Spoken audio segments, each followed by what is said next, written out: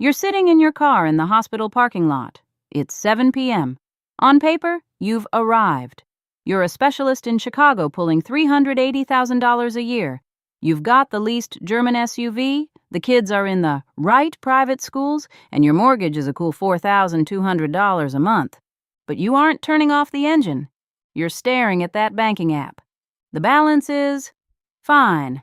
It's always fine. But it's never as fine as a $380,000 salary promised it would be. If the furnace died tonight, or your kid needed $5,000 in dental work tomorrow, you'd be reaching for the titanium credit card. Not because you're irresponsible, not because you're bad with money, but because everything you earn already has somewhere to go, and that's the quiet part no one talks about. High income doesn't feel like freedom. It feels like maintenance. My name is Orly, and today we are deconstructing the high-income poverty trap. You're about to learn the invisible rule that keeps your exits closed, the clinical math of why a middle school teacher is often wealthier than a surgeon, and the 3-step daily protocol to reclaim the freedom your income was supposed to buy. Because the truth is simple and uncomfortable. You don't become trapped all at once. You migrate into it. If you feel squeezed, stop blaming your math skills. This isn't a character flaw. It's precision engineering. The entire modern consumer economy is designed to expand to meet your income. Not slowly, not randomly, precisely. It doesn't happen with one big, reckless decision. It happens with a series of completely reasonable ones. You get the promotion, so you move to the nicer zip code. Not to show off, just better schools, less commute. It makes sense. Then the lease on your car is up. You upgrade to the SUV. The payment barely changes. It's safer. Room for the kids. Again, reasonable. Then comes the furniture, the landscaping, the after-school programs, the vacations that feel appropriate for your income bracket. Nothing feels excessive in isolation, but together they create something dangerous. A lifestyle that functions like a high-performance engine. It requires 100% of your fuel just to idle. There's no margin, no buffer, no exit. You can't take a year off. You can't downshift easily. You can't say no to work you hate, because everything depends on the next paycheck. That's the invisible rule. Your lifestyle quietly expands until your freedom disappears. Let's look at the equity defense math. Because high income with high fixed obligations isn't wealth. It's fragility with a better view. Person A earns $300,000 a year. Person B earns $75,000. Person A saves 5%. Person B saves 30%. That means Person A saves $15,000 annually. Person B saves $22,500. The lower earner is building more wealth every year. Over 20 years at a 7% return, Person A ends up with about $650,000. Person B crosses $1 million. But it gets worse. Person A's lifestyle requires roughly $300,000 a year to sustain. To retire safely, they need around $9 million. Person B lives comfortably on $55,000 a year. Their retirement number? Around $687,500. Person B doesn't just win. They exit the game decades earlier. While Person A is still grinding, chasing a number they'll likely never hit, Person B already bought their freedom. That's the high-income poverty trap. You make more. You need more. You save less. You work longer. And it all feels normal. Why do we do this? Because in 2026, the Joneses aren't your neighbors anymore. They're your feed. A curated highlight reel of upgrades, vacations, renovations, and wins. You see a colleague post a 10-day trip to Portugal. You don't feel jealous? Not exactly. You just start doing math. Flights aren't that bad. We could use points. We deserve a break. And technically, you can afford it.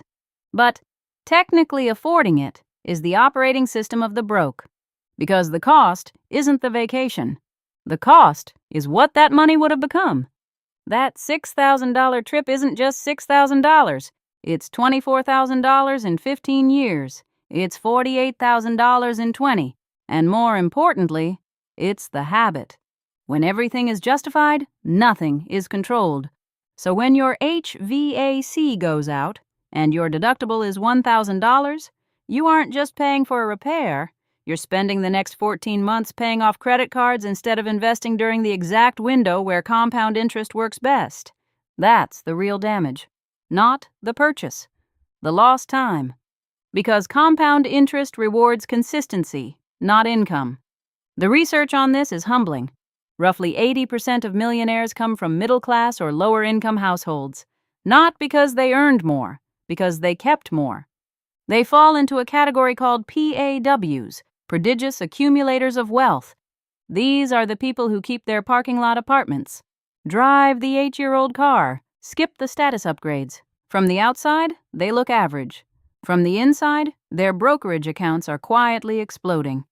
Then there are UAWs, under accumulators of wealth.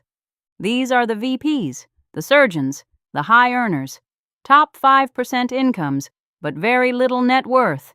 They spend their status instead of building it. And here's the uncomfortable part. You can't tell the difference by looking. The millionaire might be in the Honda. The leveraged professional might be in the Range Rover. Wealth hides, debt performs. There's a simple formula used to check this.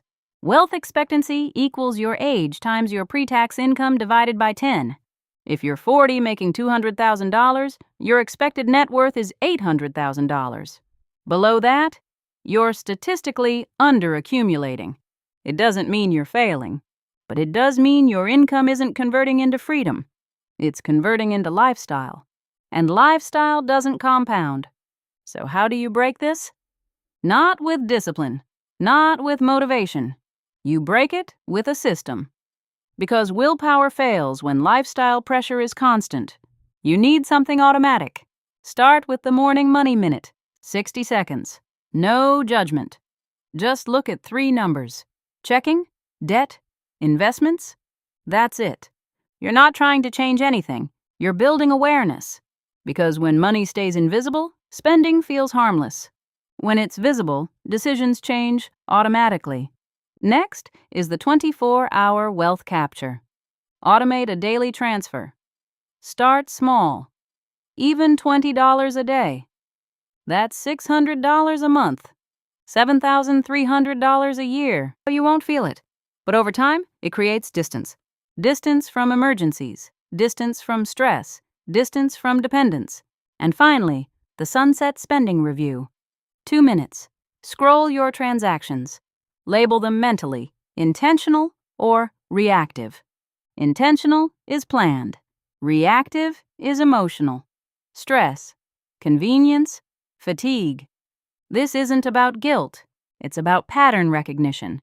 Because most people don't overspend on big things. They bleed slowly through reactive spending. Food delivery, convenience upgrades, impulse rewards after hard days. Individually small, collectively massive. Reversing this requires one uncomfortable admission. More money was never the answer. If income solved the problem, high earners would feel free. But many feel more trapped than ever. Because the trap isn't low income, it's high obligation.